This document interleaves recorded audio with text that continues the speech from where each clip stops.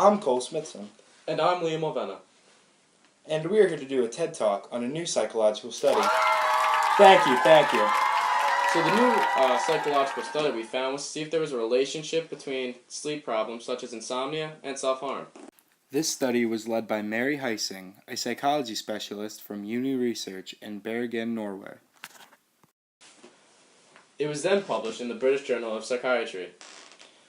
A large population-based study was conducted, with data being from the Youth at Hordaland survey. The information was self-reported from 10,220 teenagers ages 16 to 19 in Western Norway. The survey was on mental health, including a comprehensive assessment of sleep and self-harm. 702% of the teens met the criteria for self-harm. 55% of those reported harming themselves on 2 or more occasions. Just some things to consider real quick. Self-harming was more frequent amongst girls than boys. Cutting was the most prevalent form of self-harm, and the risk of self-harm was a whopping 4 times higher when the teens met the diagnostic criteria for insomnia. Different sleep problems other than insomnia yielded high odds of self-harm. These include short sleep duration, a large difference between weekday and weekend hours of sleep, and long sleep onset latency. Sleep onset latency is the time it takes to get from full awakeness to sleep. The other researchers contributing to the study are Borge Servensten from the Norwegian Institute of Public Health and Uni Research, Cahill Morton Stormack from Uni Research and the University of Bergen, and Rory C. O'Connor from the University of Glasgow in Scotland. The researchers say that the symptoms of depression accounted for some, but not all, of the association to self-harming.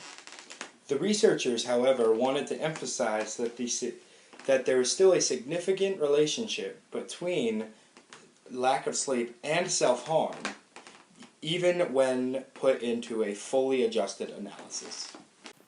Being a teenager can be hard, and getting enough sleep can be even harder.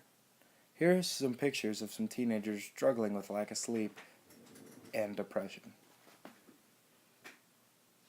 I know in my life, when I don't get enough sleep, the day feels longer, I'm more irritable, and I don't feel as good. And Garrett's smile doesn't shine as brightly as it used to. The most commonly cited cause, insomnia, is when one does not get the amount of sleep a body needs to wake up feeling rested and refreshed. Insomnia, though insomnia is usually not the condition itself, but a symptom of the underlying condition, such as stress, anxiety, depression, or another medical condition. To prevent teens from self-harming, researchers suggest that healthy sleeping patterns is a good path to treatment. Treatment, however, first depends on finding the real cause for lack of sufficient sleep.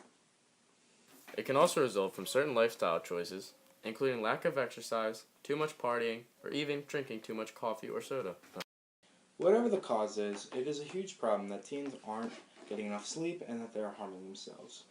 Mary Heising concluded her study by saying that lack of sleep leads to stress and negative emotions.